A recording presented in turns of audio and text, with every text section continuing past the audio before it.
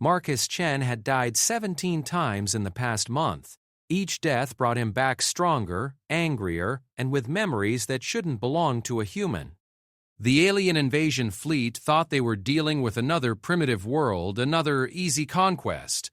They had no idea that Earth's newest defender wasn't just fighting for survival. He was fighting to understand why death itself seemed to bow before him. When Princess Zareth of the Veltar Empire looked down at the lone human standing in the ruins of New York City, she saw nothing but another insect to crush.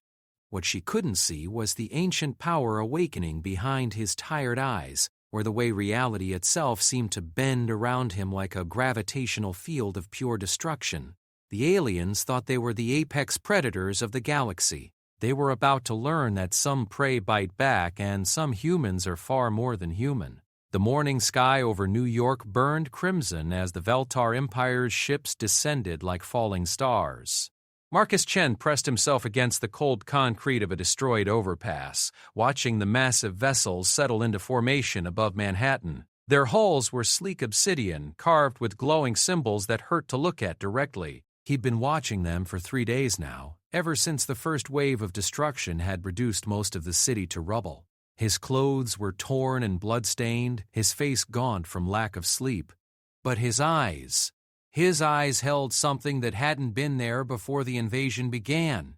Something ancient and patient and utterly merciless. Marcus remembered dying for the first time on Tuesday. A Veltar patrol had cornered him in the subway tunnels beneath Grand Central. Their weapons fired beams of superheated plasma that could melt through steel. The first shot had taken off his left arm at the shoulder. The second had carved a hole through his chest the size of a dinner plate. He'd watched his own blood pool on the tunnel floor as his vision went dark. Then he'd woken up. Not in a hospital, not in heaven or hell. Right there on the tunnel floor, whole and uninjured, surrounded by the cooling corpses of the aliens who had killed him. His severed arm lay nearby, but when he looked down at his shoulder, it was perfect. No scar, no wound, not even a torn shirt to show where the plasma beam had struck. The aliens' bodies told a different story. They'd been torn apart from the inside out, their exoskeletons cracked and leaking a luminous blue fluid that Marcus somehow knew was their blood. The walls around them were scorched black, as if an explosion of pure heat had erupted from his dying body. That was when he'd started to understand that something was very wrong with him, or very right depending on your perspective. The second death came Thursday morning. He'd been trying to reach the evacuation center in Central Park when a Veltar hunter-killer found him crossing Fifth Avenue.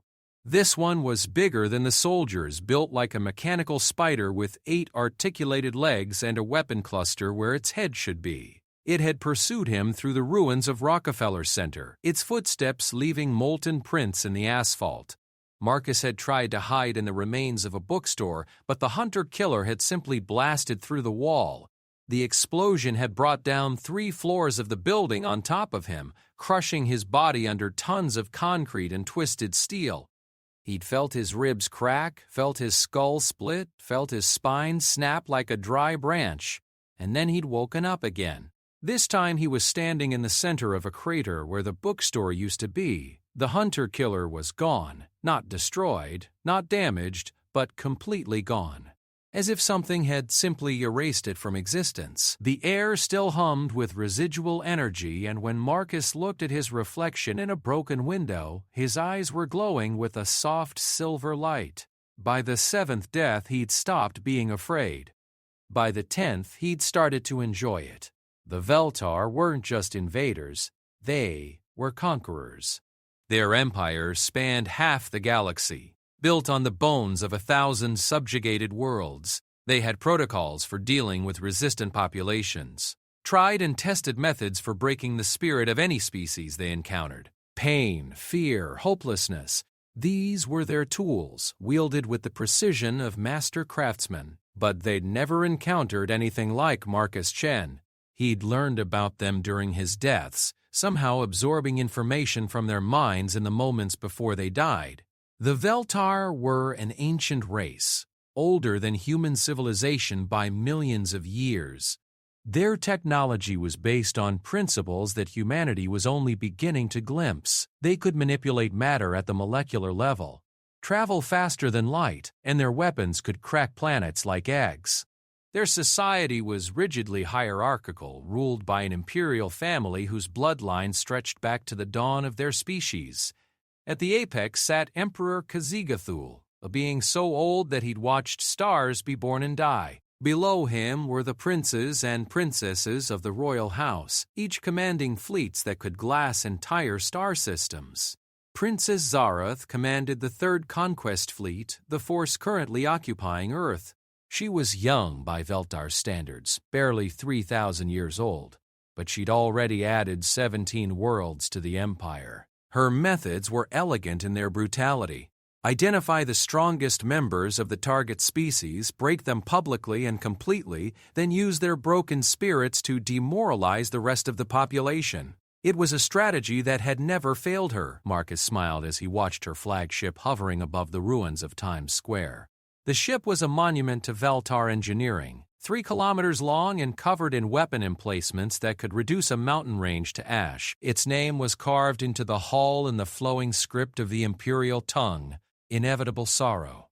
He'd died 13 more times since that first encounter in the subway. Each death had taught him something new about his enemies and, more importantly, about himself. The power that brought him back wasn't random. It was learning, adapting, growing stronger with each resurrection, and it was hungry. The 14th death had been special. He'd let a Veltar torturer work on him for 6 hours in the basement of what used to be the Metropolitan Museum.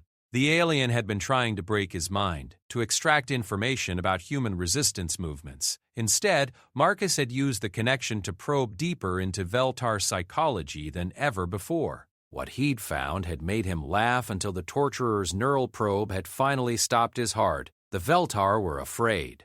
Beneath all their technology and their millions of years of history, they were terrified of death. Not just their own deaths, the deaths of their empire, their civilization, their entire species. They'd seen too many great powers rise and fall across the galaxy. They knew that even the mightiest empire was just one bad decision away from collapse. That fear drove everything they did. Their conquests, their rigid hierarchies, their brutal suppression of any threat to their order. They conquered not because they were strong, but because they were afraid of being conquered themselves. And now they were trying to conquer Earth, never realizing that they'd woken something that had been sleeping in human genetics for millions of years. Something that remembered when their ancestors had first crawled out of the primordial ooze, when the first spark of consciousness had ignited in the first human brain. Marcus was the culmination of every evolutionary pressure humanity had ever faced, every predator they'd outlasted, every catastrophe they'd survived. He was the ultimate expression of the human will to live, to fight, to endure no matter what the universe threw at them. He was what happened when humanity's greatest strength, their absolute refusal to give up, was given form and purpose and an enemy worthy of its attention. The Veltar thought death was the end of the story. They were about to learn that sometimes death was just the beginning. Princess Zarath materialized on the observation deck of her flagship, her body coalescing from streams of golden energy. She was tall even by Veltar standards, her exoskeleton a deep purple that gleamed like polished amethyst. 4 arms extended from her torso, each ending in hands that could manipulate matter at the atomic level.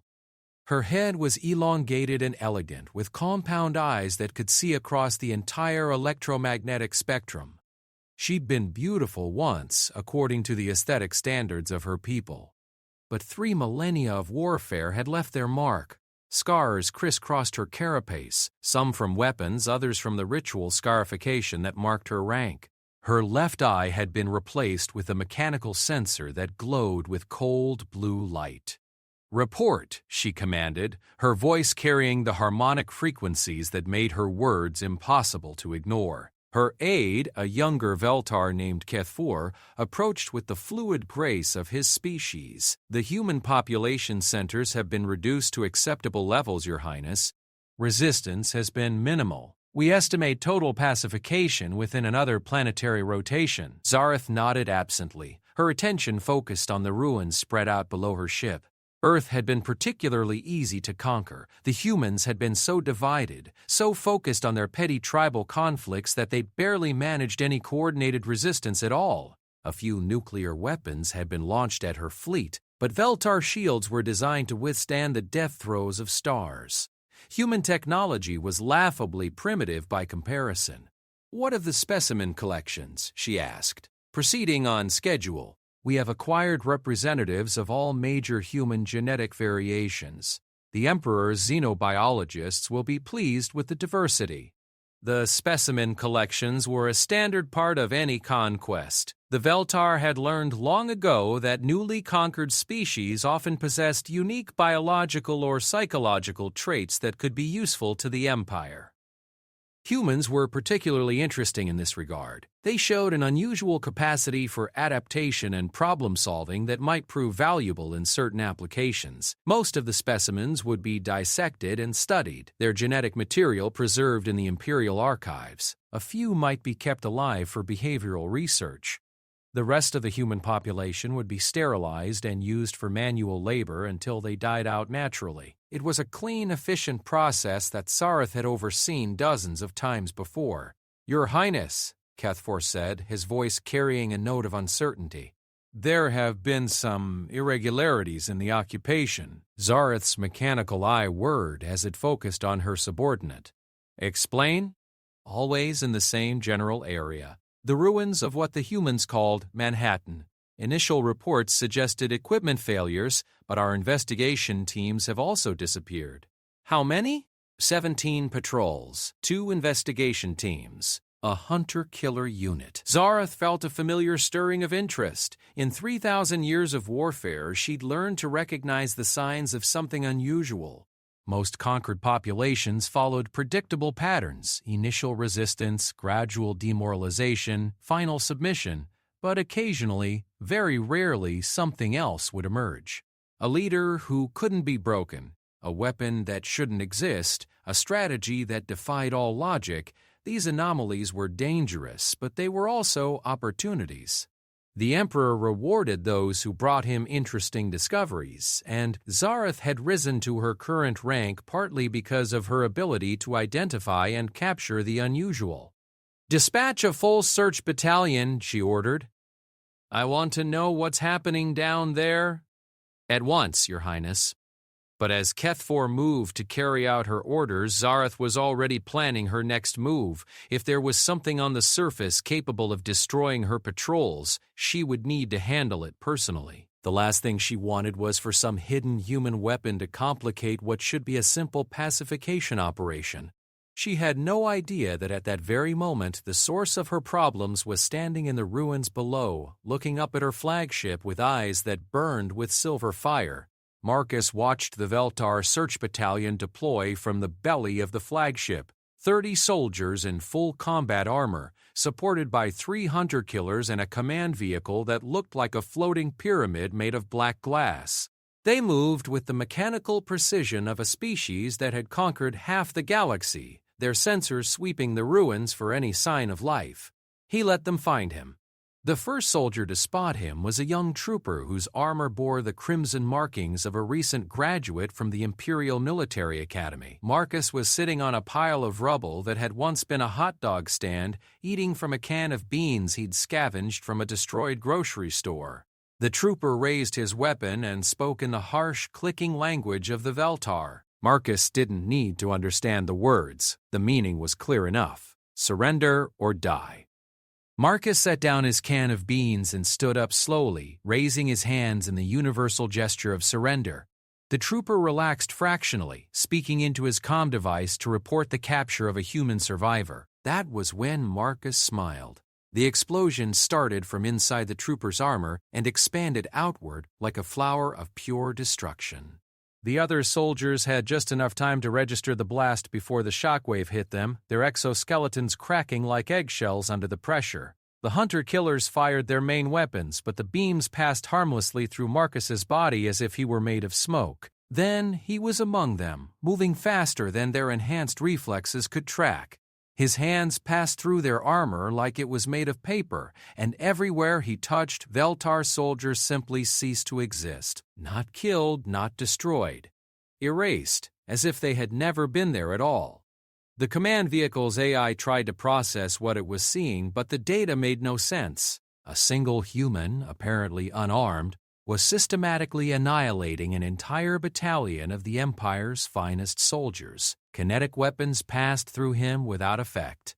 Energy beams were absorbed and redirected. Even molecular disruptors, weapons that could break down matter at the subatomic level, seemed powerless against him.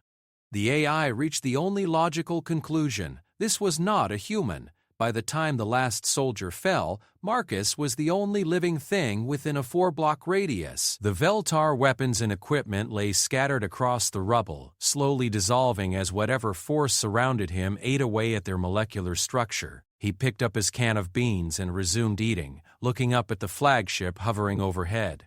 He could feel their sensors focused on him now, trying to understand what they'd just witnessed. Soon they would send more soldiers, then more after that. Each wave would be stronger than the last, more desperate, more brutal. Eventually, Princess Zareth herself would come, and when she did, Marcus would show her exactly what happened when you tried to conquer a species that had spent 4 billion years learning how to survive. Princess Zareth stared at the tactical display showing the complete destruction of Search Battalion Kef. 930 elite soldiers and their support vehicles had been reduced to scattered atoms in less than 4 minutes. The sensor recordings made no sense. They showed a single human male systematically destroying her forces using what appeared to be pure will. "Run the analysis again," she commanded, her 4 arms dancing across the control interfaces of her command throne. "I have run it 17 times, Your Highness," replied the ship's AI, its voice carrying the patient tone of a machine trying to explain the impossible to organic intelligence. The data is consistent. One human male, approximately 30 standard years old, eliminated an entire battalion without using any detectable technology. That is impossible. Yes, Your Highness, nevertheless, it occurred. Zareth had spent 3 millennia studying warfare in all its forms. She understood the limits of biological creatures, the boundaries imposed by physics and chemistry on organic life. A human should not be able to survive direct hits from weapons that could vaporize stone. A human should not be able to move faster than enhanced Veltar reflexes could track. A human should not be able to simply delete other beings from existence with a touch, yet the sensor data was undeniable. "Bring up the psychological profiles on this species," she ordered. "I want to understand what we're dealing with." The holographic display shifted, showing a 3-dimensional model of a human male surrounded by streams of data. The Veltar had been studying humanity for decades before the invasion, analyzing their biology, psychology, and cultural patterns to determine the most effective conquest strategies. "Humans are a young species," the AI reported, having achieved primitive space travel only within the last century. They are highly aggressive, tribalistic, and prone to internal conflicts. Average lifespan is approximately 80 standard years. Physical capabilities are unremarkable compared to most galactic species. What about their mythology?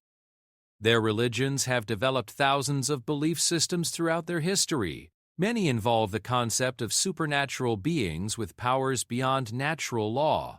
They appear to find comfort in the idea that death is not final, that consciousness can persist beyond biological termination. In her experience, primitive species often developed mythologies to explain phenomena they couldn't understand scientifically. But sometimes, very rarely, those mythologies contained kernels of truth about hidden capabilities or dormant evolutionary potential. "Show me their death-related beliefs in detail." The display shifted again, showing images of human religious art, mythological texts, and cultural symbols, angels and demons, gods and monsters, heroes who returned from death stronger than before. The sheer variety was staggering, almost as if humanity had spent its entire evolutionary history preparing for an encounter with something like death itself. One image caught her attention, a human figure wreathed in shadows, standing over a field of fallen enemies. The text described it as Death Incarnate, a legendary being who would appear when humanity faced extinction, becoming stronger with each death until nothing could stand against it. Superstition, Zareth murmured. But something about the image troubled her. The figure's stance, its aura of patient menace, reminded her uncomfortably of the sensor readings from the surface. Your Highness, Kethfor approached her throne, his movements nervous. The surface anomaly has moved. Clarify. The human has left the destruction zone. Our sensors are tracking it moving through the ruins toward the primary refugee camp in what they call Central Park. Zareth felt a chill run through her exoskeleton. The refugee camp housed nearly 50,000 human survivors, the largest remaining concentration of the species on the planet. If the anomaly was moving toward them, it could only mean one of two things. Dispatch Heavy Assault Group Vex. 7, she ordered. Full deployment. I want that thing contained before it reaches the civilians. Your Highness. Kethfor hesitated. Heavy Assault Group Vex. 7 consists of 200 elite guardsmen, 12 hunter-killers, and a mobile fortress platform. Perhaps a more measured response would be appropriate. Zareth's compound eyes fixed on her subordinate with predatory intensity. That thing just eliminated an entire battalion single-handedly. I will not underestimate it again. Down on the surface, Marcus walked through the ruins of Manhattan with the unhurried pace of someone taking a pleasant stroll. His bare feet made no sound on the broken asphalt, and his presence seemed to bend light around him in subtle ways that made him difficult to focus on directly. He was thinking about Sarah. Sarah Chen, no relation despite the shared surname, had been a pediatric nurse at Mount Sinai Hospital. She'd been working the night shift when the Veltar bombardment began, trying to evacuate the children's ward as the building collapsed around her. Marcus had been making his way through the ruins when he'd heard her voice singing a lullaby to a 3-year-old boy whose legs were pinned under a concrete beam. The Veltar patrol had found them first. Marcus had watched from the shadows as they dragged Sarah and the child into the street. The aliens had been systematically collecting human specimens, but they'd seemed particularly interested in individuals who showed strong protective instincts. They'd forced Sarah to watch as they'd slowly tortured the child, recording her psychological responses, measuring the precise point at which her spirit would break. That was when Marcus had experienced his 15th death. He'd thrown himself at the patrol leader with nothing but his bare hands, knowing he had no chance against their superior technology and armor. The alien's weapon had cut him in half at the waist, the superheated plasma cauterizing the wound instantly so he wouldn't bleed out too quickly. But as he'd lain dying in the street, watching Sarah weep over the child's body, something had changed. The power that brought him back wasn't just reactive anymore, it was learning, adapting, becoming something more than simple resurrection. When he'd awakened this time, he hadn't been alone. Sarah stood beside him, whole and uninjured, her nurse's scrubs somehow pristine despite everything she'd endured. The child was there too, laughing and running in circles around the crater where the Veltar patrol used to be. They weren't ghosts or echoes. They were real, solid, alive. But they were also changed, connected to Marcus by invisible threads of energy that pulsed with each heartbeat. I don't understand, Sarah had whispered, staring at her hands as if seeing them for the first time. Neither do I, Marcus had admitted, but I think we're not supposed to understand. We're supposed to do. That had been yesterday. Since then, Marcus had discovered that his resurrections weren't just restoring him, they were restoring others as well. Every innocent who had died in his presence, every person who had been killed while he was trying to save them, they were all still there, still part of him, still fighting even after death had claimed them. The Veltar thought death was the end of resistance. They were wrong. Death was just the beginning. Heavy Assault Group Vex. 7 deployed in perfect formation across the ruins of Midtown Manhattan.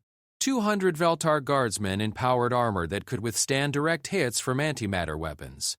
12 hunter-killers with enough firepower to level city blocks. And at the center of the formation, a mobile fortress platform that looked like a mountain of black metal bristling with weapon systems. Colonel Thexvar commanded the group from his position atop the fortress platform, his enhanced senses scanning the devastation below for any sign of their target. He was an old soldier, even by Veltar standards. He'd been fighting the Empire's wars for over 4,000 years. He'd seen species rise and fall, witnessed the birth and death of entire civilizations. Nothing surprised him anymore, or so he'd thought. Contact, bearing 27 Mark IV, one of his scouts reported. Single human male, approaching on foot.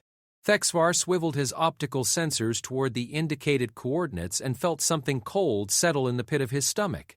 The human was walking down what had once been Broadway, moving at a steady pace that somehow seemed inevitably threatening. He was alone, apparently unarmed, showing no sign of fear despite facing overwhelming odds. But there was something else. Something that Thexvar's enhanced senses could barely detect. Shadows that moved independently of their owners, whispers of sound that might have been voices, the suggestion of other figures walking beside the lone human. All units, open fire, Thexvar commanded. Full barrage, concentrated target, 200 weapons fired simultaneously, turning the street into a hellscape of superheated plasma and exotic radiation. The mobile fortress platform's main guns added their voices to the chorus, each shot carrying enough energy to crack a moon. The bombardment continued for 30 seconds, reducing several city blocks to molten glass. When the smoke cleared, the human was still walking. He hadn't dodged or taken cover. He hadn't even broken stride. The weapons fire had simply passed through him as if he weren't there, while he continued his unhurried approach toward their position. "Impossible," Thexvar breathed, then raised his voice to a battlefield roar. "Switch to kinetic weapons. Molecular disruptors. Everything we have." The second barrage was even more devastating than the first. Projectiles moving at significant fractions of light speed, weapons that could break down matter at the subatomic level, gravity bombs that warped space-time itself.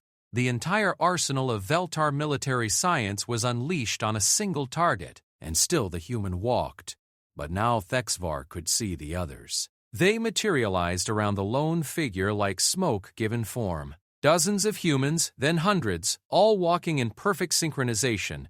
Men, women, children, all bearing the wounds that had killed them, all moving with the same inexorable purpose. An army of the dead led by something that was no longer quite human.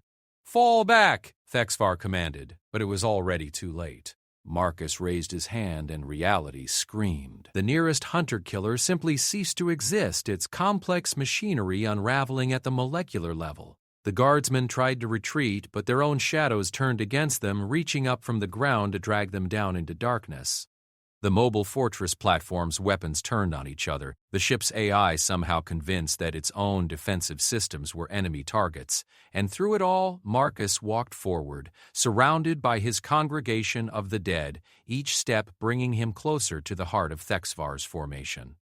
The colonel activated his personal shields and drew his ceremonial blade, a weapon forged from the heart of a dying star, sharp enough to cut through the fabric of space itself. He'd wielded it for millennia, had carved his way through the armies of a dozen worlds with its gleaming edge. Marcus caught the blade with his bare hand.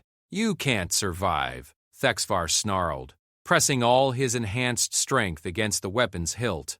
No organic being can withstand the combined might of the Veltar Empire.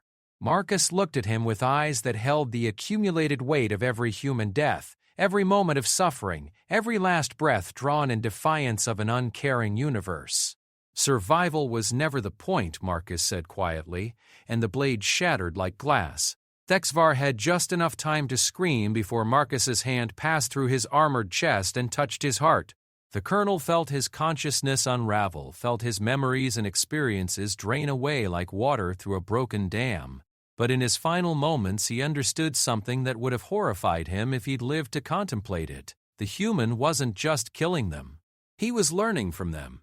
Every Veltar that died at his hands added their knowledge, their skills, their tactical expertise to his growing arsenal. With each death, he became not just stronger, but smarter, more dangerous, more capable of understanding and exploiting his enemy's weaknesses. The Veltar had come to Earth expecting to conquer another primitive world. Instead, they'd awakened something that was rapidly becoming more than they were, something that grew stronger with every attempt to destroy it. As Heavy Assault Group Vex 7 joined the growing ranks of the dead, Marcus stood amid the wreckage and looked up at the flagship hovering in the distance. Princess Zareth was up there, planning her next move, trying to understand what she was facing. Soon she would have to come down and face him directly, and when she did, Marcus would show her why humanity had never learned to accept defeat gracefully. Some species evolved to be stronger or faster or smarter than their predators. Humanity had evolved to be too stubborn to die. Aboard the inevitable Sorrow, Princess Dareth watched the destruction of her second major military unit in growing bewilderment. The tactical displays showed impossible readings, energy signatures that didn't match any known phenomena, movement patterns that defied the laws of physics, and most disturbing of all, electromagnetic anomalies that suggested the presence of hundreds of individual consciousness in the same space where sensors showed only one human male. Analysis complete, Your Highness, the ship's AI reported with what sounded almost like reluctance. The surface anomaly exhibits characteristics consistent with advanced post-human evolution accelerated by exposure to extreme trauma. Explain that in terms I can understand. The human appears to be undergoing rapid evolutionary adaptation in response to mortal threats. Each death triggers a resurrection event that incorporates genetic and mimetic information from surrounding organisms, including Veltar casualties. The entity is literally learning and evolving through repeated termination. Zareth felt something she hadn't experienced in centuries: fear. Not the healthy respect for danger that kept soldiers alive on the battlefield, but primal instinctive terror at something that violated every natural law she understood. How is that possible? Theoretical xenobiology suggests that certain species might develop such capabilities as a response to extinction-level threats, but no documented cases exist in imperial records. The AI paused for nearly a full second, an eternity in machine terms. Limited conventional weapons appear ineffective. Orbital bombardment might be successful if the entity's adaptive capabilities have finite limits, but this would destroy the specimen value of the planet. And if we retreat? The entity's behavior suggests strong territorial and protective instincts. It may be content to remain on this world if we withdraw. However, given its apparent learning rate, it may also develop space travel capabilities within a short time frame. Dorothy's 4 hands clenched involuntarily. In 3,000 years of conquest, she'd never encountered a situation like this. Every previous opponent had followed predictable patterns. They had limitations, weaknesses that could be exploited, breaking points that could be reached through sufficient application of force. But this thing on the surface wasn't following any rules she understood. It was becoming stronger with each attempt to destroy it, learning from every engagement, adapting faster than her forces could respond. For the first time in her long life, Princess Zareth of the Veltar Empire was facing an enemy that might actually be able to defeat her. And deep in her bones, in the ancient survival instincts that had carried her species through millions of years of evolution, she could feel the truth that she didn't want to admit. She wasn't the predator in this scenario, she was the prey. The refugee camp in Central Park had once been a symbol of human resilience. 50,000 survivors huddled in makeshift shelters, organized with the desperate efficiency that came from knowing that civilization hung by a thread. Children played games in the shadow of alien warships while their parents scraped together meals from scavenged supplies.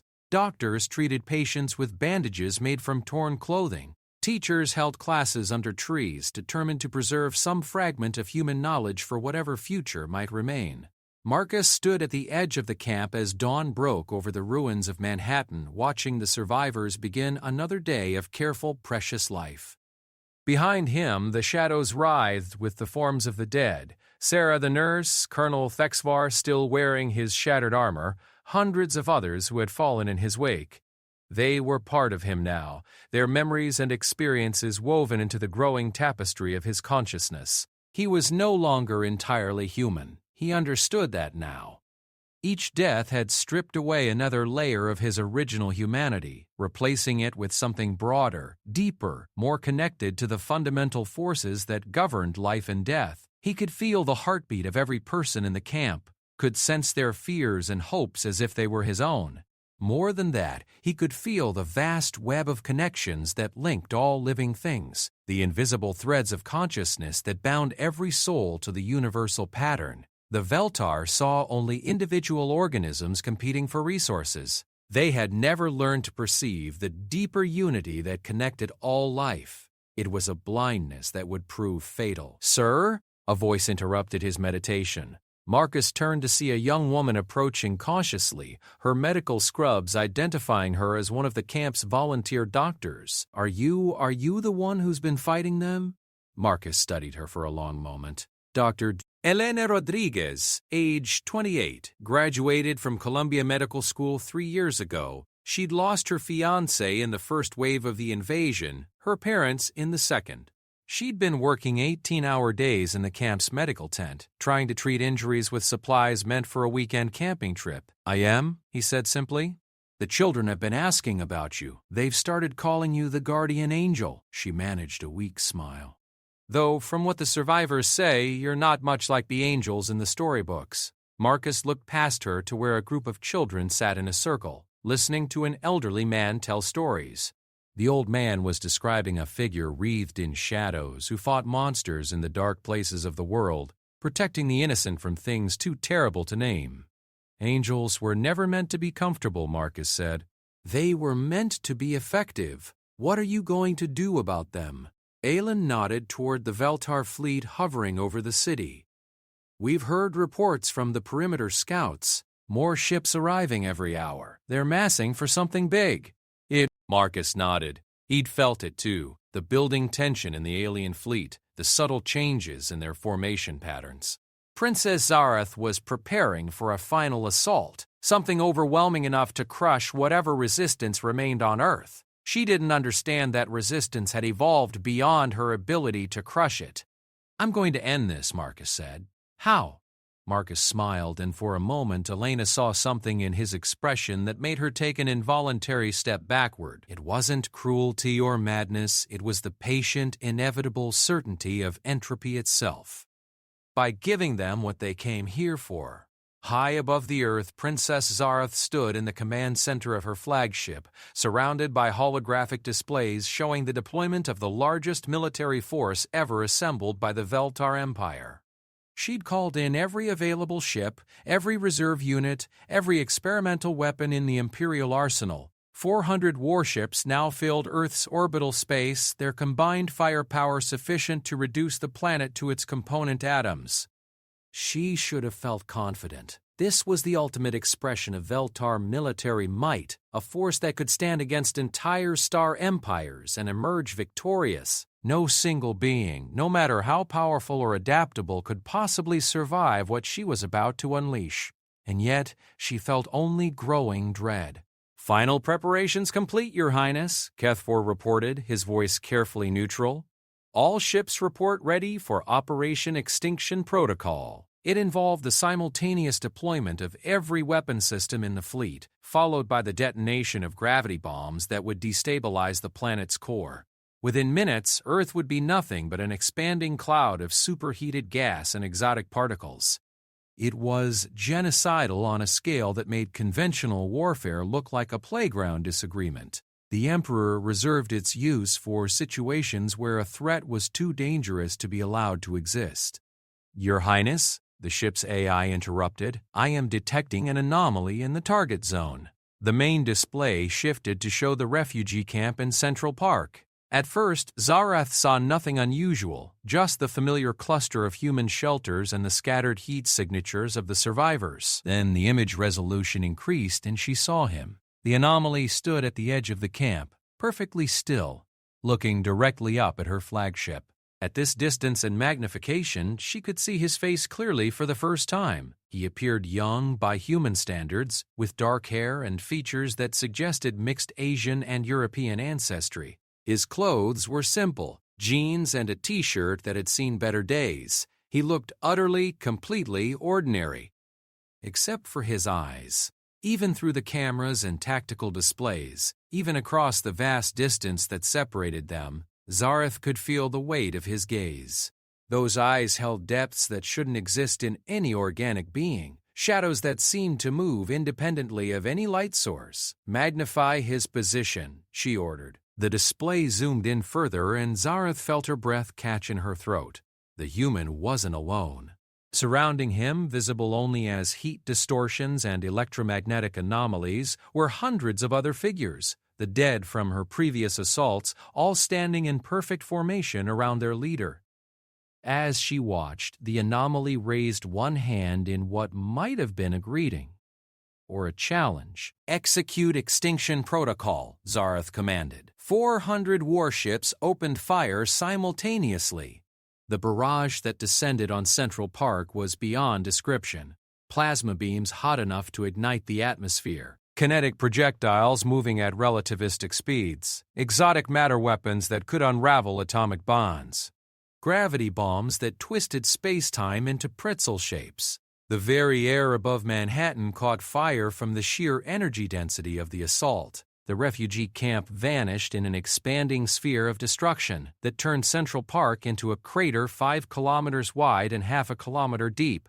The surrounding city blocks simply ceased to exist, vaporized by energies borrowed from the hearts of stars. For 30 seconds, the bombardment continued. When it finally ended, a pillar of superheated gas rose from the impact site, visible from orbit as a glowing column that stretched into the upper atmosphere. "Confirm termination," Zareth ordered, her voice barely audible over the ringing in her own ears. The ship's sensors swept the devastation below, analyzing particle signatures and energy residue.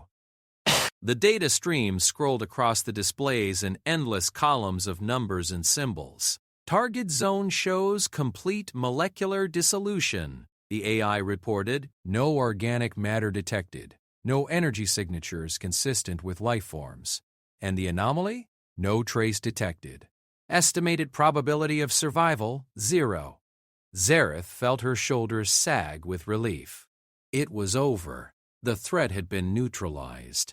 Earth could now be processed according to standard Imperial protocols, the remaining population sterilized and relocated, the planet's resources cataloged and extracted, its biosphere preserved for future study. She'd won.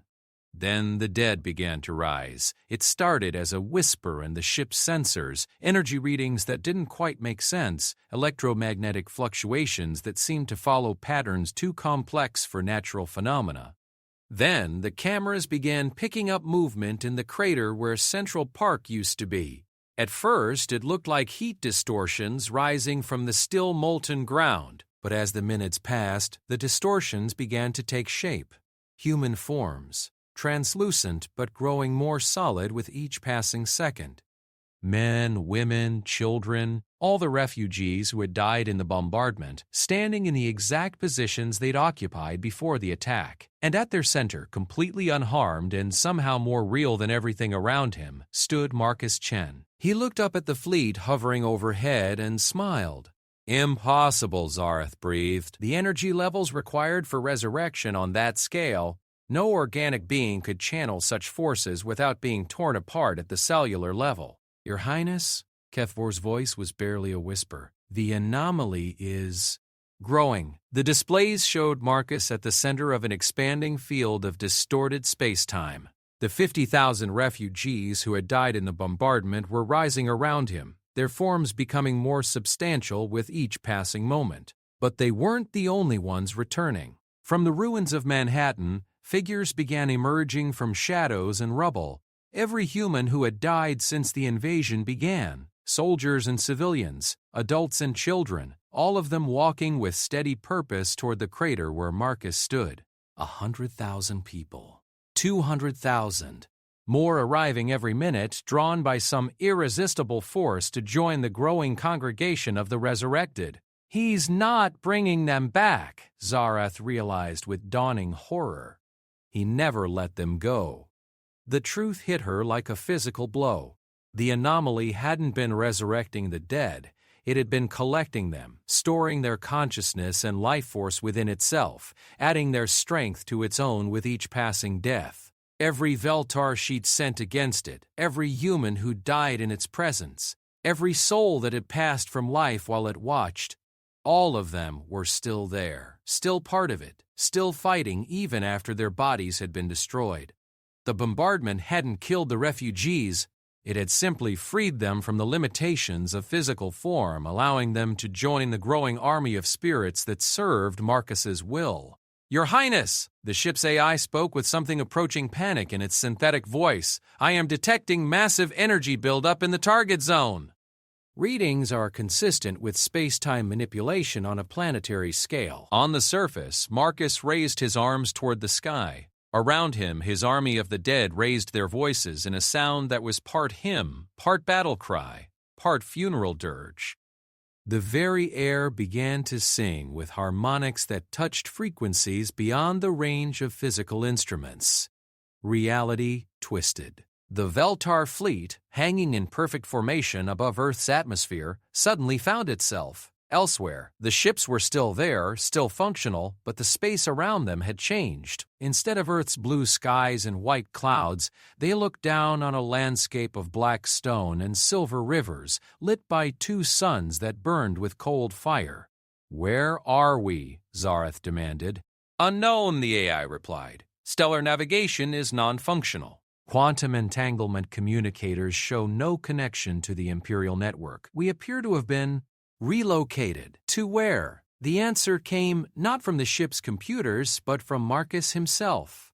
His voice echoed through every speaker on every ship in the fleet, carried on electromagnetic frequencies that had no source.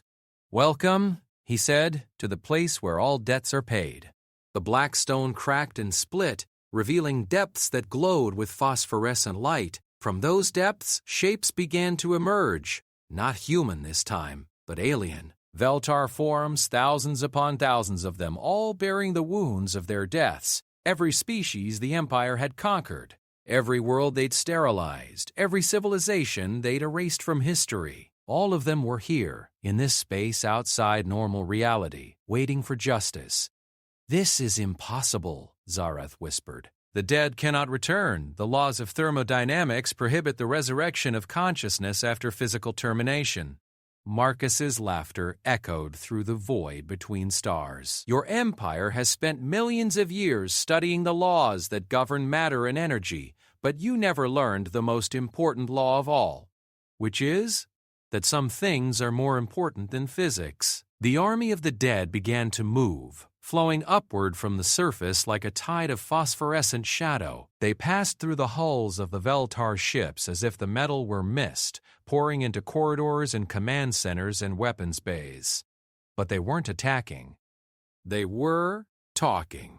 Each resurrected soul sought out the Veltar who had killed them, or who had given the orders for their deaths, or who had simply stood by while their worlds burned. They spoke in languages that had been dead for millennia, told stories of civilizations that existed now only in memory, showed their killers the full cost of what they had done. Princess Zareth found herself face to face with a being she recognized from Imperial historical records, Overlord Vexthal of the Kyrosian Dominion, the last leader of a species that had refused to surrender to Veltar rule.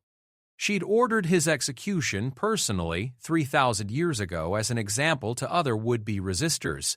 He stood before her now in the form he'd worn in life, tall and elegant, with crystalline skin that refracted light into rainbow patterns.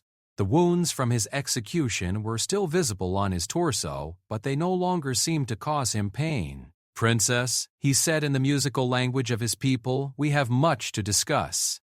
Throughout the fleet, similar scenes were playing out. Veltar soldiers found themselves confronting the ghosts of their victims. Commanders faced the leaders they'd betrayed.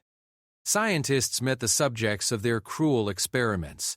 Each encounter was different, but they all carried the same message. Every death diminishes the universe. Every choice to cause suffering creates a debt that must eventually be paid. And Marcus stood at the center of it all. No longer entirely human, no longer entirely anything that could be defined by conventional terms. He had become something new, a nexus point where the boundaries between life and death, justice and mercy, individual identity and universal consciousness had dissolved. It was what happened when a species that had never learned to accept defeat encountered an enemy that represented everything they refused to become. "You wanted to conquer us," Marcus said, his words reaching every consciousness in the fleet simultaneously. "And you thought death was your ultimate weapon, the final argument that would prove your superiority over all other forms of life. But you made one fundamental error in your calculations." "What error?" Marcus smiled. And in that smile was the accumulated wisdom of every human who had ever faced impossible odds and refused to surrender. Every soul who had chosen love over fear, hope over despair, resistance over submission. "You assumed that death was the end of the story." The void around them began to shift again, reality bending towards some new configuration that existed beyond the boundaries of normal space and time. Princess Zareth realized with growing terror that this was only the beginning, that Marcus had brought them here not to destroy them, but to teach them something far more profound and far more terrible than simple annihilation. He was going to show them what it meant to truly live. And in a universe where consciousness was eternal and every soul was connected to every other soul by invisible threads of compassion and consequence, that lesson was going to change everything. In the space between spaces, where the laws of physics bent to accommodate truths too large for normal reality, Princess Zareth found herself experiencing something her species had never developed the capacity to understand: genuine remorse. The sensation was alien and overwhelming. For 3 millennia, she'd viewed her conquests through the lens of imperial necessity, unfortunate but required actions in service of a greater good.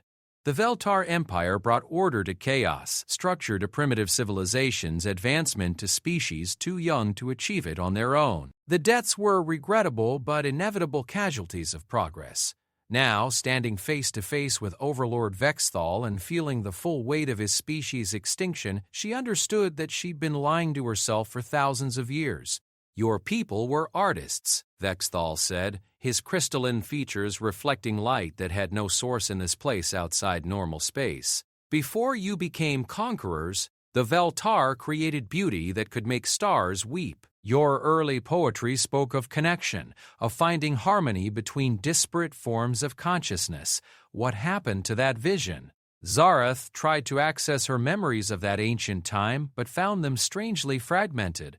The Empire's historical records spoke of their rise from a peaceful species to galactic dominators, but the details had always seemed somehow distant, academic.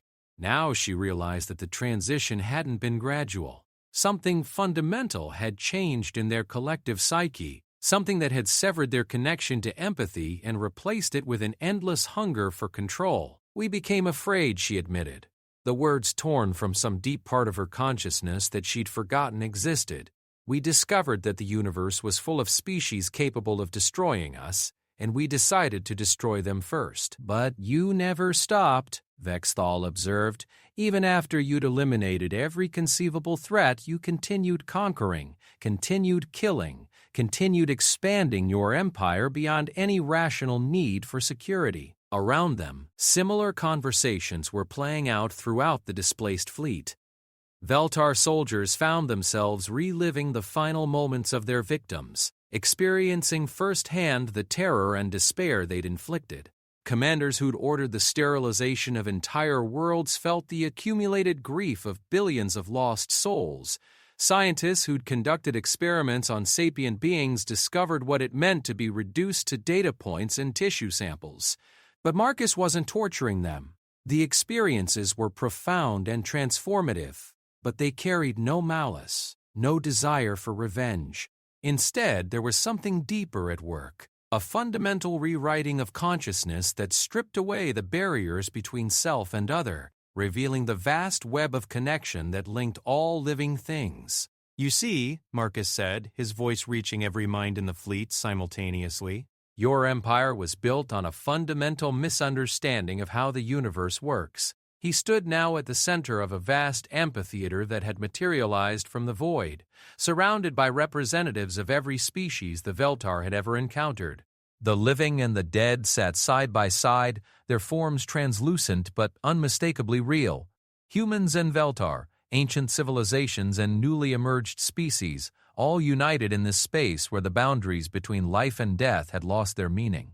You believe that consciousness was individual, that each thinking being existed in isolation from every other, Marcus continued. This belief made it easy to justify violence. After all, if you were truly separate from your victims, their suffering couldn't touch you. Zareth found herself compelled to respond, her voice carrying across the impossible acoustics of the space. That is the nature of reality. Each organism exists independently, competing for resources, surviving or failing based on individual merit. Is it? Marcus gestured. And the amphitheater filled with visions, not images on screens, but direct experiences that each observer felt as if they were living them personally. A human child learning to walk, supported by the patient hands of her parents. A Veltar hatchling receiving its first lesson in quantum mathematics from an elder who remembered when their species had believed in beauty rather than conquest. A Chirosian artist creating a sculpture that would inspire others for generations, each viewer adding their own interpretation to the work's meaning. Consciousness is not individual, Marcus said. It's collective. Every thought you think has been influenced by every other consciousness you've ever encountered. Every emotion you feel echoes in the experiences of others. Every choice you make ripples through the lives of beings you'll never meet. The visions shifted, showing the vast networks of connection that linked all sapient beings across space and time. Threads of light that stretched between stars, carrying information and emotion and possibility. The death of a single individual sent shock waves through the entire network, diminishing every other consciousness in ways both subtle and profound. When you killed my species, Vexthal said, his voice heavy with accumulated sorrow, you severed our connections to every other being in the universe, leaving gaps that can never be filled. The loss echoes through eternity, making every remaining consciousness slightly less than it could have been. Zareth felt something crack inside her chest. Not physical pain, but the breaking of barriers that had protected her from the full implications of her actions for 3,000 years. She could see it now. The vast web of connection that linked all things, and the gaping wounds her empire had torn in its fabric. But if this is true, she said, her voice barely a whisper, then every species we've destroyed, every civilization we've erased, the damage is irreversible. The universe itself has been diminished by our actions. Yes, Marcus said simply. And no. He raised his hand, and the amphitheater filled with new visions. Not memories this time, but possibilities. Futures that could still come to pass if different choices were made. Zareth saw herself as she could become, leading the Veltar Empire not in conquest but in restoration. She saw her people using their advanced technology not to subjugate other species but to heal the wounds they'd inflicted on the universe. She saw connections being rebuilt, consciousness expanding to embrace the full diversity of galactic life. The dead cannot be truly brought back, Marcus explained, but their contributions to the universal consciousness can be restored. The knowledge they would have shared, the art they would have created, the love they would have given, all of this exists in potential form within the web of connection that binds all things. Their forms became more translucent, but their presence grew stronger, as if they were dissolving back into the fundamental fabric of reality while simultaneously becoming more real than they'd ever been in life. We offer our forgiveness, Vexthal said, his words echoed by thousands of other voices. Not because you deserve it, but because the universe requires it. The cycle of violence and revenge must end if consciousness is to continue evolving. But forgiveness requires acknowledgement, Marcus added, his eyes focusing directly on Zareth. You must choose what your species becomes next. You can continue as you have, spreading fear and death throughout the galaxy until some other force rises to stop you. Or you can become what you were meant to be, gardeners of consciousness, protectors of the connections that make existence meaningful. Zareth felt the weight of the choice settling on her shoulders. Around her, the other members of her species were experiencing their own moments of revelation. their own confrontations with the true cost of their imperial ambitions. Some, she could sense, were retreating into denial and rage, unable to accept the fundamental challenge to their worldview. But others, a surprising number of others, were beginning to understand. If we choose to change, she said slowly, if we renounce the path of conquest and embrace this vision of universal connection, what guarantee do we have that other species won't simply rise up and destroy us in turn? We have enemies throughout the galaxy, civilizations that have waited centuries for the chance to revenge themselves upon us. Marcus smiled, and for the first time since this impossible encounter began, Zarat saw something purely human in his expression. Compassion mixed with a deep, unshakable confidence in the fundamental goodness of conscious beings. "That's where you're wrong," he said. "You don't have enemies. You have victims who became enemies because they saw no other path to justice. Show them a different path, and most will choose healing over revenge, and those who won't will face the same choice you're facing now. The universe is patient, but it's also just. Those who choose violence will eventually encounter forces they cannot defeat, powers that will compel them to confront the true nature of their actions." He gestured to himself, and Zareth understood. Marcus had become one of those forces, a manifestation of the universe's immune system, arising when the balance between creation and destruction tilted too far toward chaos. He was what happened when the collective unconscious of all living things decided that enough was enough. "You," she said with dawning comprehension, "you're not just representing humanity.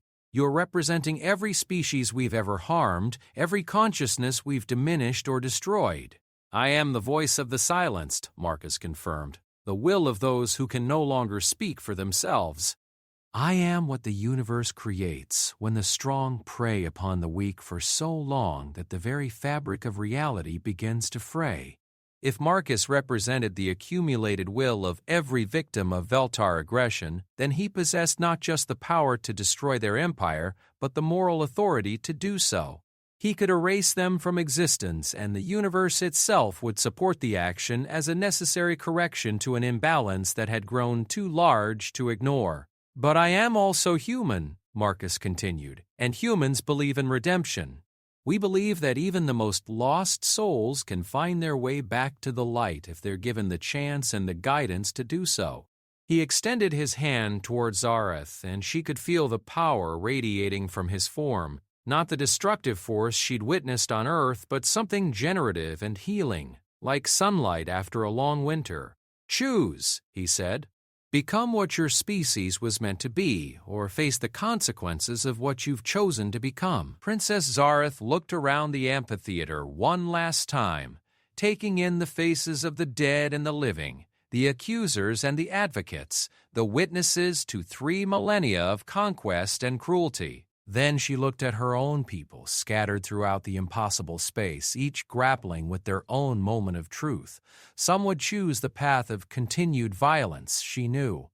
The imperial conditioning ran deep, and not every Veltar would be capable of abandoning the beliefs that had shaped their civilization for so long. There would be civil war within the Empire, brother fighting brother as their species split between those who embraced transformation and those who clung to the old ways. But others, enough others, would choose differently. They would remember what their people had been before fear turned them into monsters. They would work to rebuild the connections they'd severed, to heal the wounds they'd inflicted on the universe. It would take generations, centuries, perhaps millennia. But it was possible. Zareth reached out and took Marcus's outstretched hand. The moment their fingers touched, the amphitheater exploded into light. Not the harsh illumination of weapons or technology, but the warm, golden radiance of a sunrise after the longest night in history. The assembled dead began to fade, their forms dissolving back into the fundamental consciousness that connected all things, but their presence remained as a gentle pressure in the minds of the living, a reminder of what had been lost and what could still be saved. When the light faded, Princess Zareth found herself back aboard her flagship, floating in Earth's orbital space as if nothing had happened. But everything had changed. She could feel it in the thoughts of her crew, see it in the way they looked at each other with new understanding. hear it in the communications flooding in from other ships in the fleet. The Veltar Empire, as it had existed for millions of years, was ending. What would rise from its ashes remained to be seen. On the surface of Earth, in the crater where Central Park used to be, Marcus stood alone among the ruins. The army of the dead had returned to whatever realm awaited consciousness after physical death, their mission complete. The refugees they'd died to protect were gone as well, relocated to safety by forces beyond human understanding. Marcus felt the change beginning to overtake him as well. The power that had made him more than human was ebbing, returning to the universal source from which it had come. Soon he would be just Marcus Chen again, assuming he survived the transition at all. But that was acceptable. The work was done. The balance had been restored. Humanity would have the chance to heal and grow and take its place among the community of conscious beings that filled the galaxy. Some species evolved to be stronger, faster, or smarter than their predators. Humanity had evolved to be too stubborn to stay dead, too compassionate to let evil triumph, and too wise to mistake vengeance for justice. In the end, that had been enough. 6 months after the day that would become known in human history as the Great Awakening, Marcus Chen sat on a bench in the newly rebuilt Central Park watching children play on equipment made from repurposed Veltar technology.